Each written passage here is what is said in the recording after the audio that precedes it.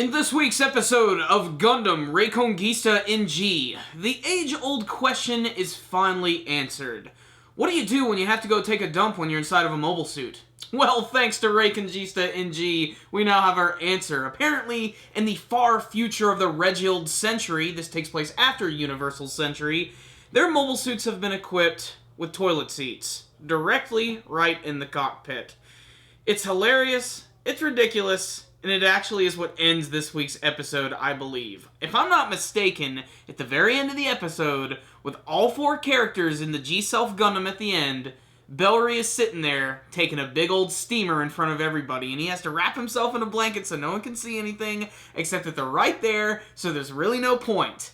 I can't believe that's what I'm opening up my review with, but that's one of the more memorable aspects about this week's episode, and what I will say is that Reconguista NG has a great sense of humor. A lot of people are going to be disappointed because they want a no-hold-barred, bloody-ass Gundam anime with, no apologies. And there are going to be moments like this in Gundam, and for those who want to watch that, all of those other old animes still exist. You can watch them and enjoy them. Let's try to judge this series on its own merits, which seems to be having a lot of fun and sort of just having fun with the whole Gundam mythos. And I think it's pretty obvious by the end of this episode that Bellry is going to join the pirates with Ida, and that it looks like the Capital Army is probably going to end up being the main antagonist of the story. And I think that's interesting, because that means that Bellry's actually going to have a confrontation with his mother if she ever decides to just go over to the pirate side, but I'm imagining she's going to stick to her guns because she seems like a very strong military woman, and it seems like the fact that the Capital Army seems to have a very strong religious aspect to it, and a lot of that has to do with their Grand Pope leader, whoever he is. They call him His Holiness, and he seems to make all of the big calls, and I don't know, there's just something about a big religious group controlling everything so that no one can have power just seems a little shady, doesn't it? And plus, the space pirates themselves, when we're finally introduced to them this week, they seemed a little over-the-top and crazy, but they didn't seem very villainous. Like, Clem Nick, he just seems like he's going to be a really fun character, and I love his mobile suit, which, the name of it, I'm not quite sure what it is. I think they mentioned it once in this episode. I think it's the Montero, I believe. It's a blue mobile suit with these wings on its shoulders, and its face actually kind of reminds me of the Evangelion units from Evangelion, and I love it. I think it's really cool. It has like a big beam rifle and this massive javelin, which he uses when he actually goes up against Dellinson this week, who's kind of a badass, and they have this really great mobile suit battle because he's trying to go back to the base and bring Ida back, but thanks to some clever thinking, Ida and the rest of the group are able to get into the G-Self Gundam and escape with it. This is basically the early episode of the series where someone steals the Gundam, brings it over to their side, and now all types of craziness can ensue. I just didn't imagine that it was going to end with the main character taking a crap in front of the three main female leads.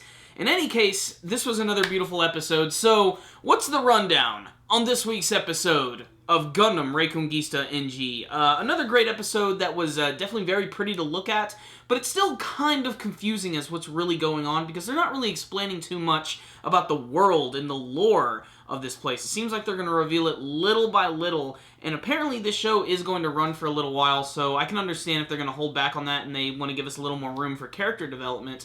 Although there really wasn't too much from Bellry this week. You know, I was sort of expecting that after last week's episode, when he accidentally killed that one commander, that maybe his demeanor would change a little bit. He went back to being completely goofy and ridiculous this week. So there's a ton of, aside from the crapping scene inside of the mobile suit, there's a great scene where he cops a feel of his friend's ass. It's so ridiculous, and it almost feels like it doesn't work.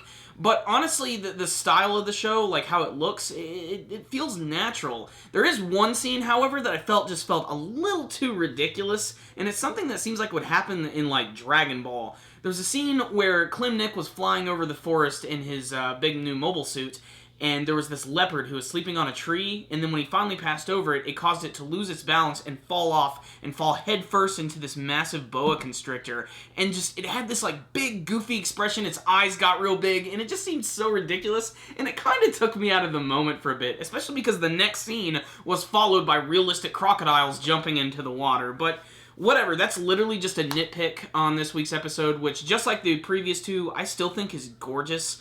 The animation is not going to be for everybody, and some people might not even like the old school character designs. I love them because I'm an old school fan of Gundam, and especially the original series. I know it's kind of cliche to say that the first was the best, But it really was. It really set the standard for what these stories are going to be about. And really, I think this series is going to be interesting, just seeing how the characters evolve as it goes on, how he's going to get involved with the pirates, and to see if the Capital Army is really going to turn out to be the bad guys of the series. And let's face it, guys, they probably are. They've been building up in this episode. Otherwise, this one was good. There was a lot of cool mobile suit battles. The Capital Army's mobile suits really aren't all that impressive. They had the Rectons in the first episode that have the square boxy heads. They had a slightly different variant on them this week that was known as the Rex Snow, which have these big cannons on their shoulders, and they move around like Rick Doms by sliding and hovering around. And it's okay, but Klimnik just makes short work of all of them, and he's a pretty classy guy. I don't think he kills anybody this week. He actually just takes out the legs and everything. And he has another cool weapon, which is this massive whip, which kind of reminds me of the Epion from Gundam Wing, except that it's more like a very thin, green, laser-like whip. And he can also use that and spin it around real quick like a shield. So if you wanted mobile suit action, you're definitely going to get it, and there's a lot of interesting new mobile suits. I still want to see a lot more from the Gundam, the G self, because it didn't really do much in this episode aside from walk out and fly out, but it did have this move where it created this magnetic force field that went around its body for a second. And, we've seen that stuff in Gundam before, but I still think it needs more of a gimmick to make it special, and if you guys watch the ending and the intro, they definitely show that it is going to get some upgrades. It's just a matter of time. This is how Gundam works. If this is going to be a 50-episode series, we'll probably see the first upgrade around the 20 to 30-episode mark. If it's only at 25, we'll see it in probably another 10 episodes. Maybe we'll get surprised and there'll be something in the next one. I don't know. All I know is I really liked this episode a lot. It was really high quality. It's still just a little confusing. People who are used to Gundam are going to sort of understand a lot of what's going on, especially the terms they use.